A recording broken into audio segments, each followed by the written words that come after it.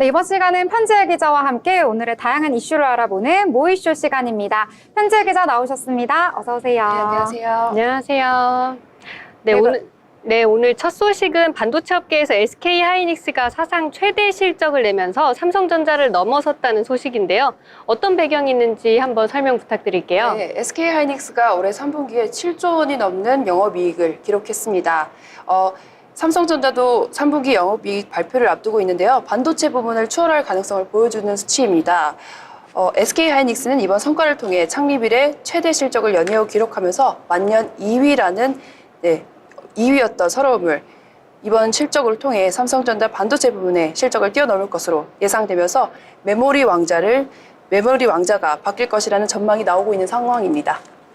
네. 특히 AI 관련 메모리 제품이 큰 역할을 했다고 들었어요. 네, 맞습니다. 이번 성과에서 핵심 역할을 한 것은 AI용 고대역폭 메모리 HBM이라는 제품입니다. SK 하이닉스는 엔비디아 등 주요 글로벌 IT 기업에 HBM3를 공급하면서 AI 메모리 시장을 선도하고 있는데요.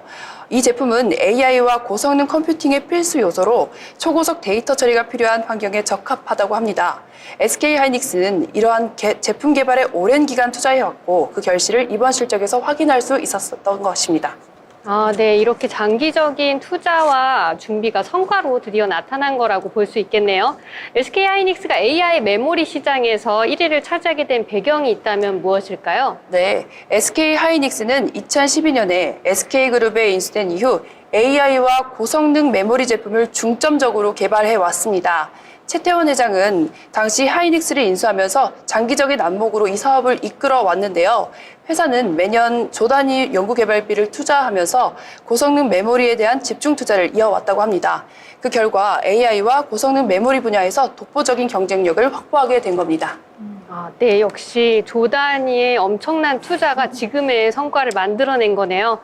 또 노사 관계도 SK 하이닉스의 성장을 뒷받침했다고 들었어요. 네, SK 하이닉스는 그 여러 기업을 거치면서 구조조정과 경영 위기를 함께 겪은 노조와 협력 관계를 다져왔다고 합니다.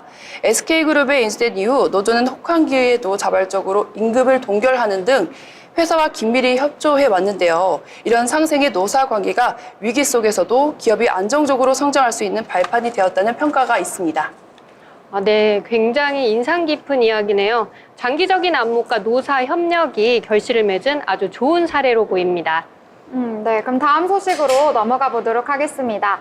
이 다음 소식은 저희가 방송에서도 여러 차례 전해드렸던 내용인데요. K푸드, K화장품과 더불어서 한국 문화가 전 세계적으로 인기를 누리고 있습니다.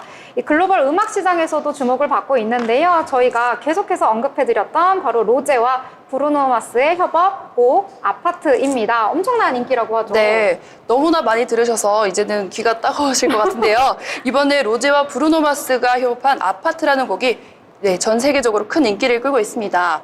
이 곡은 한국의 술자리 문화를 소재를 하고 있습니다. 특히 최근 보그 유튜브에서 또 로제가 소맥을 만드는 장면이 또 등장을 했고 김치볶음밥을 먹는 장면이 또 담겨져 있어서 한국의 술 문화와 음식이 자연스럽게 노출되기도 했습니다. 덕분에 해외 팬들이 이 한국 음식과 술 문화에 대한 관심이 더욱 증가되었다고 합니다. 네. 예전에 우리나라 예능 중에서도 이제 외국에 가가지고 음식을 파는 그런 예능이 있었는데 거기에서도 제가 깜짝 놀란 게 아이슬란드였나요? 거기였는데 추운 곳이었는데 소주를 먹는 분들이 굉장히 많은 거예요. 그래서 이제 소주까지도 외국에서 인기구나 이렇게 생각이 들었는데 이번 곡으로 인해서 소주가 또 인기라고요? 네, 맞습니다. 한국 소주 수출은 지난해 1억 달러를 넘기면서 2년 연속 증가세를 보이고 있었습니다. 로제와 브루노 마스의 곡이 인기를 또 끌면서 한국 소주 브랜드가 해외에서 더욱더 인기를 끌고 있었는데요. 소주 기업들은 소주와 잘 어울리는 전통 안주 조리법까지 영상으로 제작을 해서 해외 시장에 적극 홍보를 하고 있는 상황입니다. 앞으로도 K푸드와 한국 술 문화에 대한 관심이 한국 소주 수출에도 긍정적인 영향을 미칠 것으로 보고 있습니다. 네. 이 소주 수출도 잘 되고 K푸드도 수출이 굉장히 잘 되고 있다는 게 되게 인상적인데요. 자, 그렇다면 이 K푸드도 종류가 엄청 많으니까 특히 어떤 품목이 좀 주목을 받고 있을까요? 네, 올해 1월부터 9월까지 우리나라 농식품 수출은 73달러로 지난해 같은 기간보다 8.4%가 증가하면서 역대 최대 규모를 자랑하기도 했습니다. 특히 떡볶이 그리고 김밥과 같은 쌀 가공식품이 큰 인기를 끌면서 전통 품목에서 벗어나 수출품이 다변화되고 있습니다. 된장과 고추장 같은 전통 장류도 외국인의 입맛을 사로잡아서 주요 품목으로 자리 잡고 있는 상황입니다. 네. 이제는 음악뿐만 아니라 뭐 음식까지도 전 세계적으로 인기를 끌고 있는 것 같습니다. 한 여름쯤에 핫한 소식이었었는데 불닭볶음면도 그때 풍기현상 있다고 했고 김밥도 엄청 인기라고 했었거든요. 그런데 이제는 뭐 지금 떡볶이, 뭐 냉동김밥, 뭐 이런 전통 품목뿐만 아니라 여러 가지가 인기여서 앞으로 이런 것들을 더 관리하고 더 홍보를 하기 위한 이 체계가 필요하지 않을까 이런 생각이 드네요. 자, 그럼 다음 소식으로 넘어가 보도록 할게요.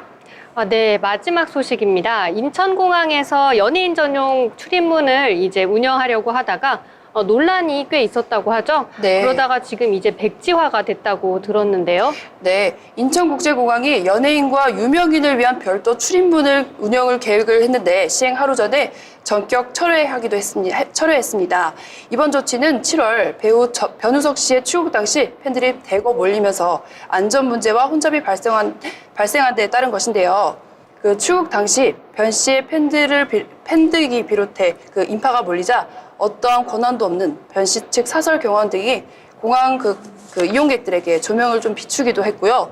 출입구를 통제해 그 논란이 이르기도 했습니다.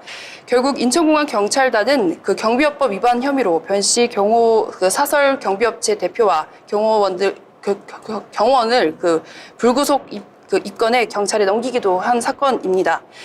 공항 측은 팬들과 인파가 몰리는 상황에서 유명인들이 별도의 출입문을 통제해 출국하도록 계획을 마련했지만 해당 조치가 특혜 논란을 불러오면서 여론이 악화되기도 한 상황입니다.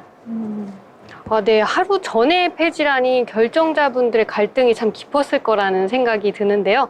공항공사 측에서는 어떤 이유로 이렇게 폐지를 결정했다고 하나요? 네, 공항 측은 국정감사와 언론에서 제기된 다양한 의견을 반영해 시행을 하지 않기로 결정했다고 밝혔습니다.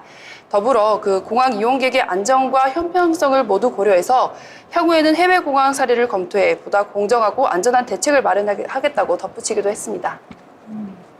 네, 이런 것들이 확실히 특혜 논란으로 불거질 수도 있을 거라는 생각이 듭니다.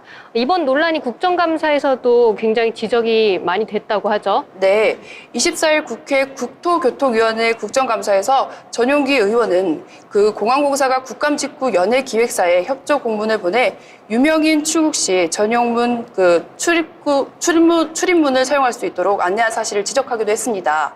전 의원은 연예인에게 과도한 특혜를 주는 것은 국민에게 상대적 박탈감을 줄 수 있다며 특혜가 아닌 안전을 우선으로 대책을 마련해야 한다고 말하기도 했습니다. 네, 공항 내 안전도 굉장히 중요하지만 확실히 이런 케이스는 형평성 논란이 일 수 있겠네요. 네, 맞습니다.